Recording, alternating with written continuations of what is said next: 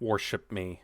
The gods had, throughout their experience with the mortals, and especially since every god now had dedicated worshippers, developed a very real fear of apostasy. Previous decisions on mortality developed a framework, but the gods decided to finally settle what mortal belongs to what god.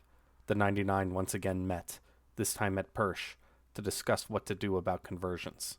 It was decided that gods would each receive a stipend of worship from each prayer to each god, unless it occurred in an area holy to a particular god, as mortals should be able to worship any deity. For example, almost all mortals pray to Pilar, god of agriculture. So, the gods concerned themselves exclusively with the ownership of souls, and modified the soul binding ritual to include this ownership.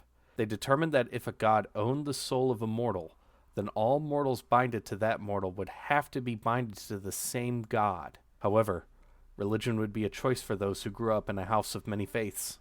The 99 also established some conversion rituals, but almost all of them were intense, and they did not include any conversions to atheism. However, one could potentially convert to the worship of a particular angel, saint, Empyrean, Nephilim, Niflheim, Rakshasa, or even dragon.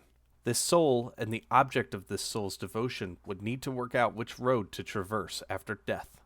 They allowed the Yazardi, which is headed by Melek-Tas and included 7 of his former archangels, now gods, to convert almost all the mortals of the Rosastan to their 7 cults. These cults were Pact Dramaticus, which included Kyla Zerangthan, Muzania Sam Kasael, Barachael Turek Abatur; Pact Malignus, which included Kyla Zerangthan, Eshu Mikhail Smira, and Gabriel Mana Duel; Pact Sanguinus, which included Eshu Mikhail Smira, Raphael Serpia Ziwa, and Barachael Turek Abatur; Pact Midas, which included Kyla Zerangthan, Raphael Serpia Ziwa, and Wakras Kasan Adriel; Pact Moirat, which included Eshu Mikhail Smira, Wakras Kazan Adriel, and Muzania Sam Kasael; Pact Gisha, which included Raphael Serpia Ziwa, Muzania Sam Kasael, Gabriel Mana Duel; and Pact Odious, which included Wakras Kazan Adriel, Gabriel Mana Duel, and Barachael Turek Abatur. Lucifer and his Dukes of Hell made sure the gods accepted the selling of a soul free of charge for the devil.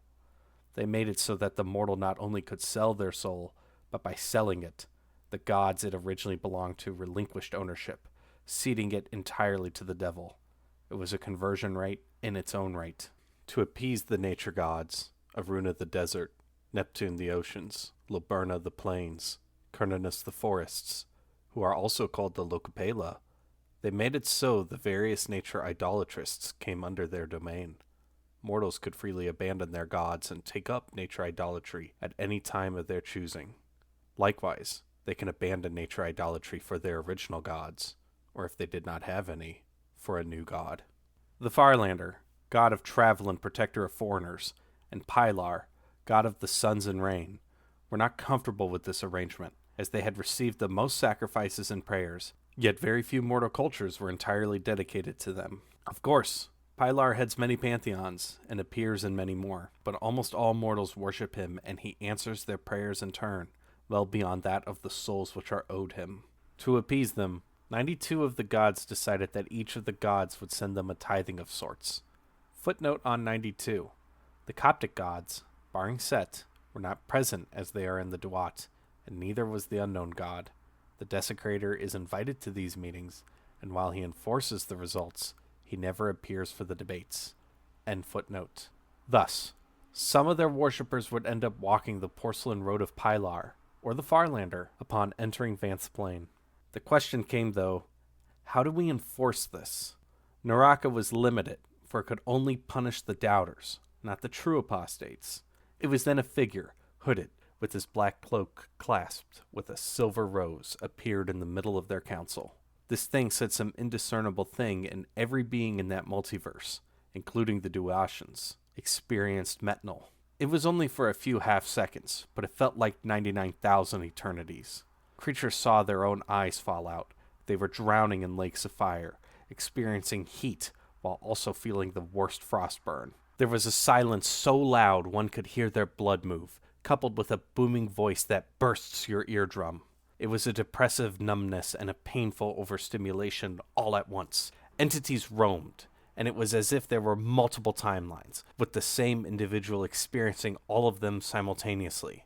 One where there were no entities, just you and another one with compatriots, suffering in a wasteland and an overlife. One where there was a marauding horde looking for you and your comrades. One where there was two entities, one watching, and one was you, locked in an interrogation laboratory.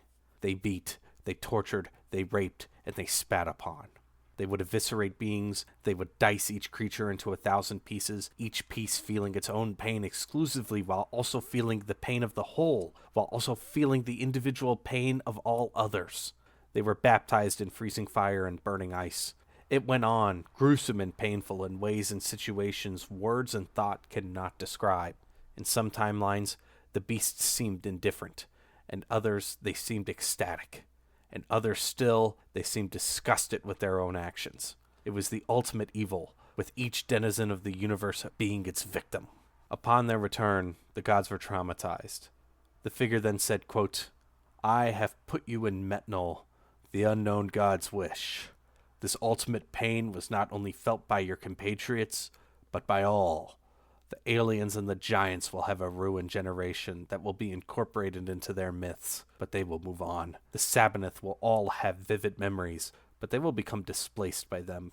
But the mortals, their souls are tainted by the memory of Metnol.